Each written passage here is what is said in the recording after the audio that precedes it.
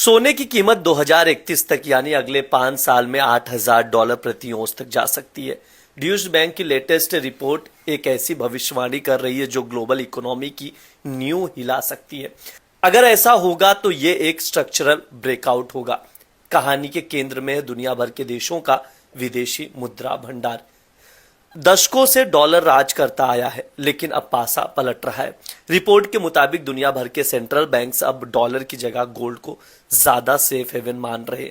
ध्यान रहे, अभी शॉर्ट टर्म में डॉलर में मजबूती दिख रही है, लेकिन लंबा टिक नहीं पाएगी। पिछले 4 सालों के आंकड़े देख लीजिए। ग्लोबल रिजर्व में गोल्ड की हिस्सेदारी दोगुनी होकर 30% तक पहुंच गई है। अब डॉलर और गोल्ड के बीच का फासला सिर्फ 10% का रह गया। आखिर ऐसा क्यों हो रहा है वो समझना जरूरी है। 2008 के वित्तीय संकट के बाद से उभरते देशों यानी इमर्जिंग मार्केट्स के सेंट्रल बैंक्स ने सोना जमा करने की रफ्तार बढ़ा दी है। पिछले 17 सालों में इन्होंने 22 करोड़ औंस से ज्यादा सोना खरीदा। वजह साफ है, जियोपॉलिटिकल टेंशन और डॉलर का हथियार की तरह इस्तेमाल होना। देश अब अपनी सुरक्षा के लिए अपनी करेंसी को सोने से बैक करना चाहते हैं। अब आते हैं उस $8,000 प्रति औंस के जादुई आंकड़े पर। ड्यूश बैंक कहता है कि अगर हम इतिहास की ओर लौटें तो 1990 से पहले गोल्ड रिजर्व का शेयर 40 से 70% हुआ करता था। आज ये सिर्फ 30% है।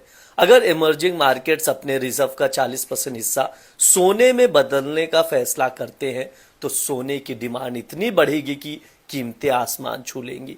भले ही देशों का कुल कैश रिजर्व कम हो जाए, सोने की चमक बढ़ती ही जाएगी।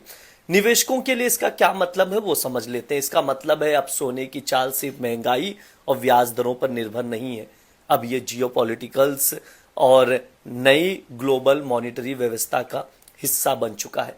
यह बदलाव इस बात का संकेत है कि दुनिया अब पैसे यानी मनी की वैल्यू को नए नजरिए से देख रही है।